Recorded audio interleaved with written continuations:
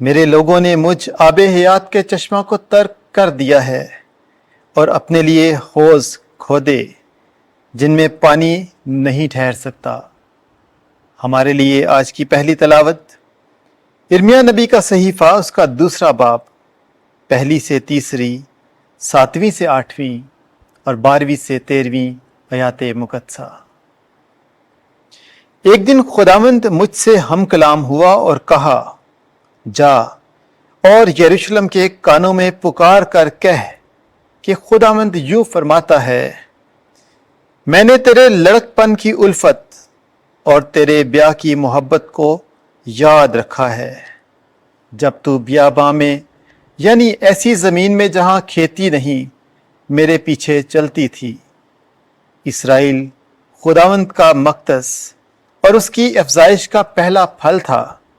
جتنے اسے کھا جاتے تھے وہ سب مجرم ٹھہرے، ان پر آفت آتی تھی۔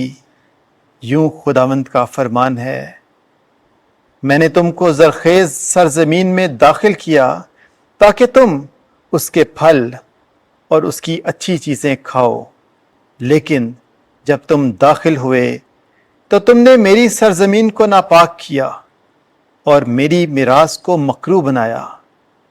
کاہن نہیں کہتے تھے کہ خداوند کہاں ہے، اور شریعت کے مخالفین نے مجھ کو نہ جانا، اور چرواہے مجھ سے سرکشی کرتے تھے، اور انبیاء بال میں پیشن گوئی کرتے تھے اور ان چیزوں کے پیچھے جاتے تھے جن کا کچھ فائدہ نہیں۔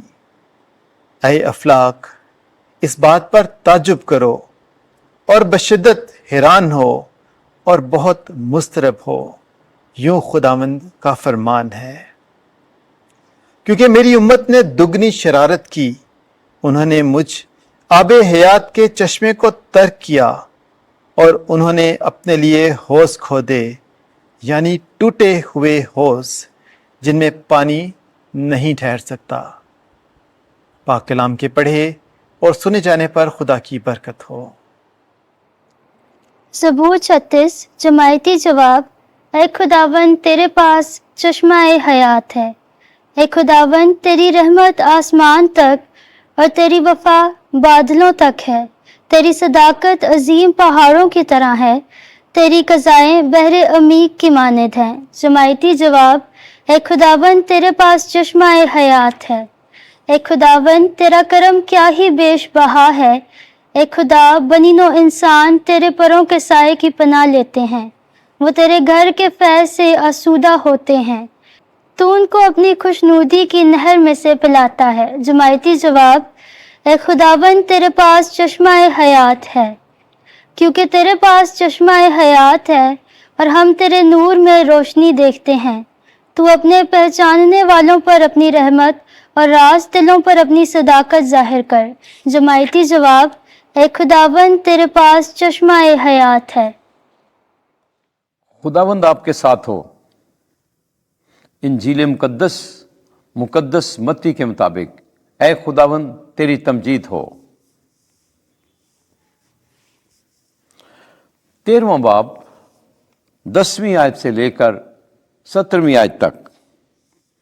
آسمان کی بادشاہی کے بھیدوں کی معرفت تمہیں بخشی گئی ہے، لیکن انہیں نہیں۔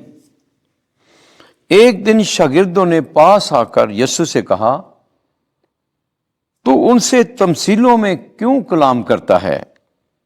اس نے جواب میں ان سے کہا کہ آسمان کی بادشاہی کے بھیدوں کی معرفت تمہیں بخشی گئی ہے، لیکن انہیں نہیں بخشی گئی، کیونکہ جس کے پاس ہے اسے دیا جائے گا اور اس کے پاس افراط سے ہوگا، مگر جس کے پاس نہیں ہے اسے وہ بھی لے لیا جائے گا جو اس کے پاس ہے۔ میں ان سے اس لیے تمثیلوں میں بات کرتا ہوں کیونکہ وہ دیکھتے ہوئے نہیں دیکھتے اور سنتے ہوئے نہیں سنتے اور نہیں سمجھتے، اور انہی میں اشعیا کی نبوت پوری ہوتی ہے کہ تم سنتے ہوئے سنو گے،